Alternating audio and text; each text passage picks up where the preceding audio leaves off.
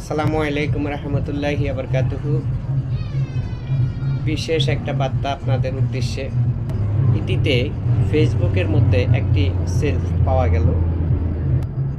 ঈদ উল ফিতরের যে নামাজ 12 তাকবীরের মাধ্যম দিয়ে আল হাদিসের লোকেরা পালন করেছে। যে কথাটা আসতেছে সেটা হলো, আমরা সব সময় 6 তাকবীরে এই নামাজটা আদায় করেছি, ঈদের নামাজ। আর 6 তাকবীরের ভিতরে রহস্যটা কি আজ পর্যন্ত কোনো আলেমের মধ্যে পাওয়া যায়নি।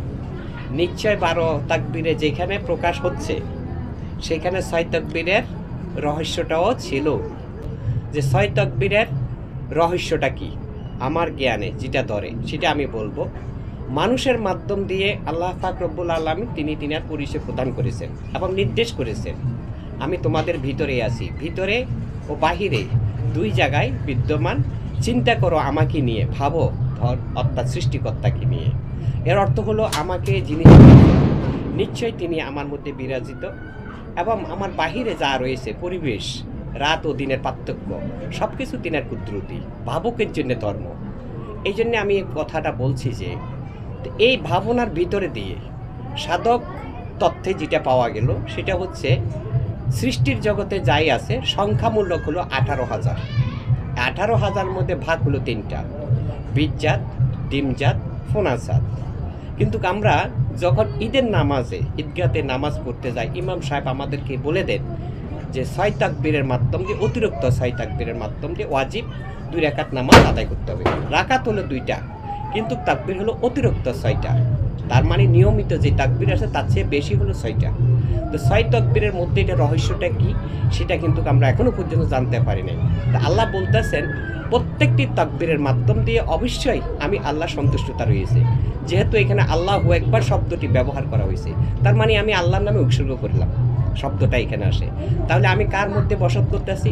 নিশ্চয় 18,000 মাখলুকাতের মধ্যে বসত করতেছি। এই বীজজাত, ডিমজাত ও ফোনাজাত যা রয়েছে তার মধ্যে আমি যেমন ভাত খাচ্ছি সেটা কিন্তু বীজজাতের থেকে উদ্ভাসিত। তারপরে যে সবজি, শাক সবজি যেটা খাচ্ছি এটাও কিন্তু বীজজাতের থেকে। পাশাপাশি হাঁস মুরগি রয়েছে, এটি কিন্তু ডিমজাত। তারপরে যে পশুপালের মধ্যে ছাগল গরু রয়েছে এটা কিন্তু ফোনাজাত। আর ফোনাজাতের মধ্যে মানব জাতিকে সর্বশ্রেষ্ঠ হিসেবে আল্লাহ পাক ঘোষণা করেছেন আশরাফুল মাখলুকাত।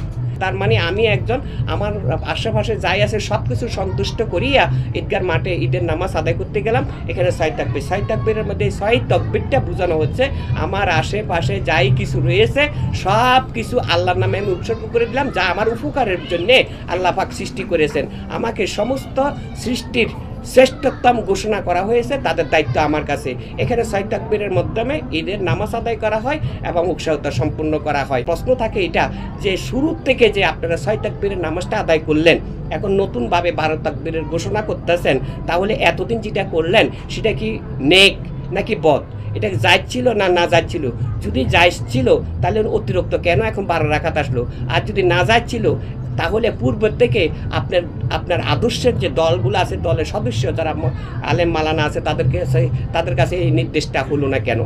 প্রশ্ন থাকে। অতএব দিন যত যাইতেছে কেমন জানি ধর্মের ভিতরে পেদনা তত বাড়তেছে, অতিরিক্ত ততই আসতেছে। এটা শিরিক, এটা যাইস না, এটা না যাইস, আবার নতুন করে কিছু যাইছে আবিষ্কার করা হচ্ছে। এইগুলার জন্য ইসলামের মধ্যে কি একটা চাপ সৃষ্টি হচ্ছে না? অর্থাৎ সমালোচনায় সমালোচিত হচ্ছে না মানুষের মধ্যে? যত ইসলামের মধ্যে সমালোচিত হবে তত ইসলাম দুর্বল হবে, তত ভাঙন সৃষ্টি হবে। আর যত ভাঙন সৃষ্টি হবে ততই ইসলামের মধ্যে দুর্বলতা আসবে। আর দুর্বলতার ভিতরে অন্য জাতি গোত্ররা ঢুইকা এটার বিরোধিতা করা, রসুলের বিরোধিতা করার সুযোগ হয়ে যাবে। আল্লাহ সকলের মধ্যে শান্তি রহমত দান করুক। আমি এই কামনা করব যে ইসলামকে বাঁচানোর জন্যে অবশ্যই সম্মতার প্রয়োজন আছে। সকলে মিলে মিশিয়ে রসুলের আনুগত্য অনুসারে, আদেশ নির্দেশ অনুযায়ী আমরা দুটো ঈদের জামাত আদায় করব। 6 তাকবীরের মাধ্যমে নামাজ পড়ে আসছি। যদি অতিরিক্ত 12 তাকবীর হয়ে থাকে শুধুমাত্র একটা দলে বললে চলবে না, সবাইকে নিয়ে করতে হবে। যেহেতু এইটা হলো সবার জন্য, সমস্ত মুসলিম গোত্রের জন্যে। এখন কেউ যদি মন গড়াভাবে করে, যেহেতু ধর্ম যার যার স্বাধীন, তাহাকে কিছু কেউ বলতে পারবে না। সকলের প্রতি সালাম, আসসালামু আলাইকুম রহমতুল্লাহি ওয়া বারাকাতুহু।